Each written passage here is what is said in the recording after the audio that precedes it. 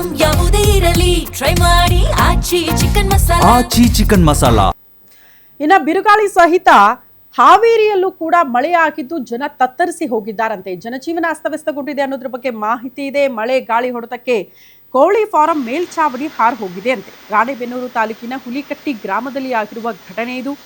ನಂದೀಶ ಗಸ್ತೇರ ದೀಳೆಪ್ಪ ಇಟಗಿಗೆ ಸೇರಿರುವ ಕೋಳಿ ಫಾರಂ ಈ ರೀತಿ ಮೇಲ್ಛಾವಣಿ ಹಾರು ಹೋಗಿರೋದು. ನೆಲಕಚ್ಚಿರುವ 20 ತೆಂಗಿನ ಮರಗಳು, 50 ಅಡಿಕೆ ಮರಗಳು ರಟ್ಟಿಹಳ್ಳಿ ತಾಲೂಕಿನ ಕುಡಪಲಿ ದಸಂಗಾಪುರ ಗ್ರಾಮದಲ್ಲಿ ಆಗಿರುವ ಘಟನೆ ಇದು. 5 ಲಕ್ಷ ಮೌಲ್ಯದ ಅಡಿಕೆ ಮರಗಳು, ತೆಂಗಿನ ಮರಗಳು ನಾಶ ಆಗಿ ಹೋಗಿದ್ದು ರಣಮಳೆ ರಗಳಿಗೆ ಹಾವೇರಿ ರೈತರು ಕಂಗಾಲಾಗಿದ್ದಾರೆ.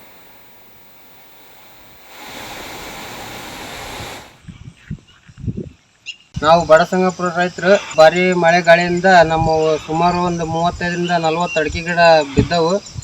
ಇದಕ್ಕೆ ಗೌರ್ಮೆಂಟ್ನವ್ರು ಏನಾರ ಪರಿಹಾರ ಕೊಡ್ಬೇಕು. ಮಳೆ ಭಾರಿ ಅನಾಹುತ ಆಗೈತಿ. ಒಂದು 4 ತೆಂಗಿನ ಗಿಡ ಬಿದ್ದವು. ನಮ್ಮೂರಾಗ ಭಾಳ ಅನಾಹುತ ಆಗೈತಿ. ಗೌರ್ಮೆಂಟ್ನವ್ರು ಬಂದು ಇದಕ್ಕೆ ತಕ್ಷಣ ಏನು ಸ್ಪಂದನೆ ಮಾಡ್ಬೇಕು. ರೈತರು ಭಾಳ ಸಂಕಟ ಸಿಲುಕ್ಯಾರ. ನಾವು ಬಡಸಂಗಾಪುರ ರೈತರು ಭಾರಿ ಮಳೆ ಗಾಳಿಯಿಂದ ನಮ್ಮ ಸುಮಾರು ಒಂದು 35ರಿಂದ 40 ಅಡಿಕೆ ಗಿಡ ಬಿದ್ದವು.